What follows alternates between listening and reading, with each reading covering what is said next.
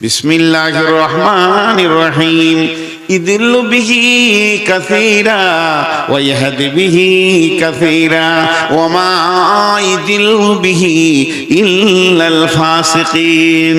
অনেক আমাকে পড়ে গোমরা হবে, অনেকে আমাকে পড়ে হেদায়েত পেয়ে যাবে, কিন্তু যারা গোমরা হবে তারা ফাসিক হালাতে কোরআন পড়বে, ঈমান হালাতে পড়বে না। এর জন্য সাহাবীরা বলতেন তাআল্লামনাল ঈমান সুম্মা তাআল্লামনাল কোরআন। আমরা রাসূলের কাছে আগে ঈমান শিখেছি, তারপরে কোরআন শিখেছি।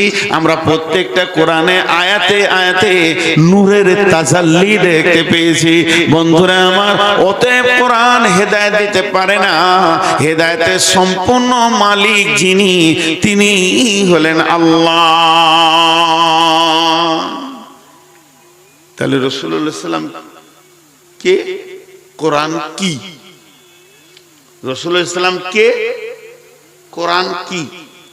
জি, এই মসজিদের পাশে চেম্বার আছে, ডাক্তার, আপনি রোগী, আপনি ওখানে গেলেন, ডাক্তার দেখলো, একটা প্রেসক্রিপশন করে দিল, আর প্রেসক্রিপশনটা নিয়ে আপনি ফার্মেসিতে দিলেন, ফার্মেসি আপনাকে ওষুধ দিল, ডাক্তার দিল প্রেসক্রিপশন, ফার্মেসি দিল ওষুধ।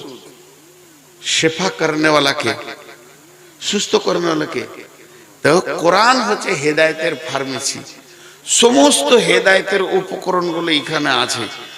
কোরআন হেদায়েত দিতে পারবে না। এই ড্রাইভার ভাই, কতার গাড়িতে হর্ন বাজাতে হবে না, মাইক বাজছে কেন, কথাবার্তা চলছে, তিনবার পাক মারছে ঘুরে ঘুরে, বুলোর জানার কারণে পাগলা হয়ে গেছে, গাড়িটা কিনা প্যাক প্যাক করছে, এটা ধীরে গেলেই হবে, 2 মিনিট পরেই গেছে। কিছু ড্রাইভার আছে কি হবে আদৌ, আর টোটোর ড্রাইভার, সুবহানাল্লাহ, ওদের বুক ফুলিয়ে চালানো দেখে মনে হচ্ছে স্পাই জেট চালাচ্ছে, বিমানের ড্রাইভার।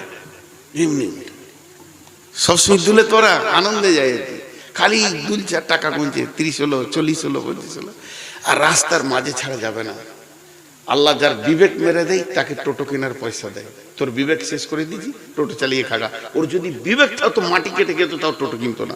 সবগুলা কোমর ধ্বজভঙ্গ হবে, দেখবেন এমনি এমনি করতে করতে 6 মাস পর দেখবেন আর কোমর নিয়ে উঠতে পারছে না।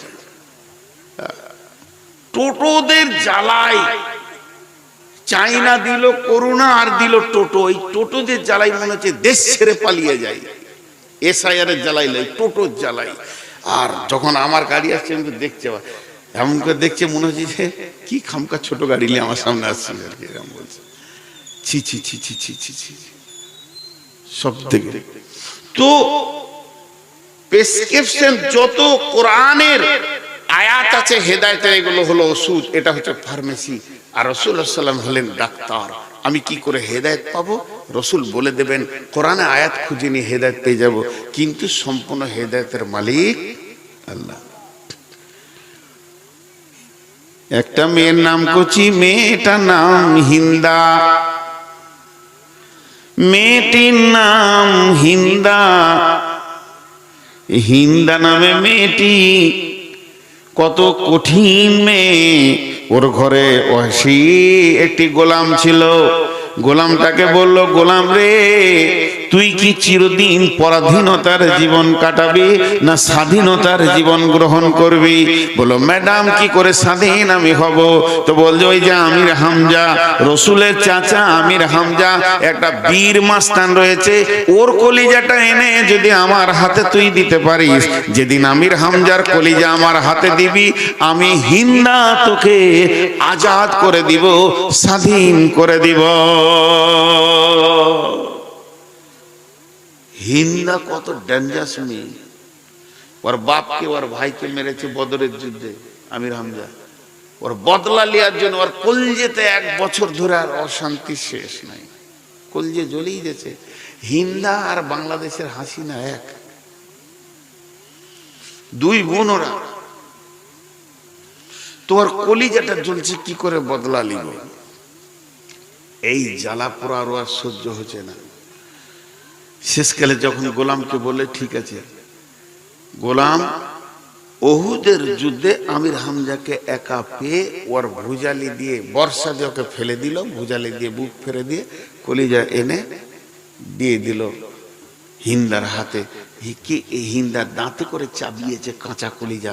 শুধু তাই নয়, কেউ বলে কেটে কেটে মালা করে গলায় নিয়েছে, মাথাতে ফুটবল খেলেছে, কত কীর্তন করেছে মেয়েটা। কিন্তু আল্লাহ তাবারাক ওয়া তাআলা ওই হিন্দাকে হেদায়েত দিল।